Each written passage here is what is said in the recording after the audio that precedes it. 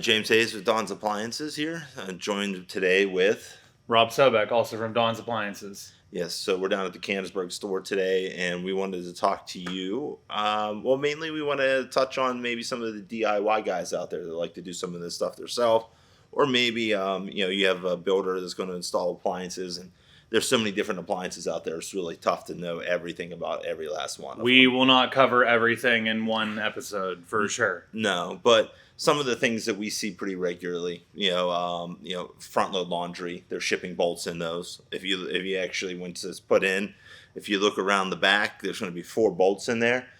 Please remove those before you try to run a cycle. The worst comes to, in best case scenario, it's just going to run really loudly, and worst case scenario is going to ruin your brand new washing machine. And your it could be brand new flooring, it could be a brand new door frame. Like the washer is going to run away from where it currently is and take your connections with it. Yes. So you will know if they are not out. Yes. So that's a big thing. Also with washers or gas dryers, making sure all the supply lines are turned on. And making sure the drain is secure on the washing machine side and on the drain side. Make sure you zip tie down. Sure. Because those pumps are not to be messed with. They can shoot you right up out of that standpipe. Yes, that's definitely...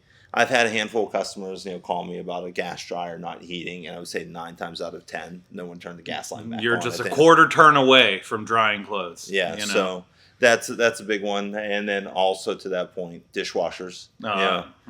Make sure your water supply lines connected up and turned on at the end before you try to run it, because otherwise it's going to flash some sort of code telling you can't pull water in. And I did a video recently, actually, of the number one reason why dishwashers don't drain is the disposal is not knocked out. The disposal has the nipple for the drain to feed into, new construction. They hang the disposal, they drain the dishwasher into it, but there's one little plastic piece that makes you think your brand new dishwasher is broken. You got to knock that out. That's best case scenario. Worst case scenario, it floods your cabinet. So. Well, yeah, right, yeah. I mean, if the dishwasher doesn't have flood protection, then you're in deep, deep trouble if that knockout isn't out of there. But that's not really something you check, but if you go to run your dishwasher and you're getting a drain code, check that first. Yeah. So that's one. Also, I mean, we kind of touched on some of this stuff before the video, but when you're installing a dishwasher, angle of the dishwasher. If I get a call saying, "Hey, my racks are sliding out of my dishwasher," usually it's because the front of the machine is tilted forward instead of a slight tilt back. So drop a level on that thing, when you're putting it in, and then adjust the front feet so there's a slight backward tilt to it. So you'd much rather the things have a slight inward slope than an outward slope. Agreed. And don't forget panel ready dishwashers getting that call of either the door opens and closes extremely slow, or I think it's going to chop my hand off when I close it. Spring adjustment. Yes. So there's going to be spring tension adjustments on a lot of the higher end panel ready dishwashers. Mm-hmm. Generally they're on the front corner of the dishwasher on the base, and you just adjust the tension up or down as needed. That's because doors can weigh. It could be made out of wood. It could be made out of metal. It could be made out of brick. It could be made out of a lot of things. Yeah, if you have a marble dishwasher front, it's going to weigh a ton. I haven't ran into that, but I'm sure it's coming. I've seen the pictures of it. It's only a matter of time before it catches up to Pittsburgh. Right. So you have that going on, and then we're kind of touch on a lot of the same stuff for a lot of appliances, but moving over to gas ranges, making sure your gas line is turned on, making sure your range is level. Mm-hmm. You'll see that a lot. The big thing too is, when you first install any sort of oven, there's going to be some sort of chemicals that'll be on that oven for the manufacturing process. Crank that thing up to like 450 degrees, let it run for a half hour. Open up some windows, or if you have a good ventilation, get that going. There will be vapors. There will be smell. Nothing is wrong. It is lubrication so that the oven does not get damaged in transit during shipping. So it is not weird, but definitely you want to bake off the ovens. When we do installations, which we do offer, we always bake off the oven when it comes to a range, a wall oven, anything like that. But you do around, like you said, 400 to 450, 30 minutes to an hour, something in that range. And when the vapors cease, everything's gone. Yeah. Making sure you remove all your packing material. Take all the books and all the plastics out before you do that. Yeah, for sure. That's important, for sure. And then, let's see, refrigeration should be leveled.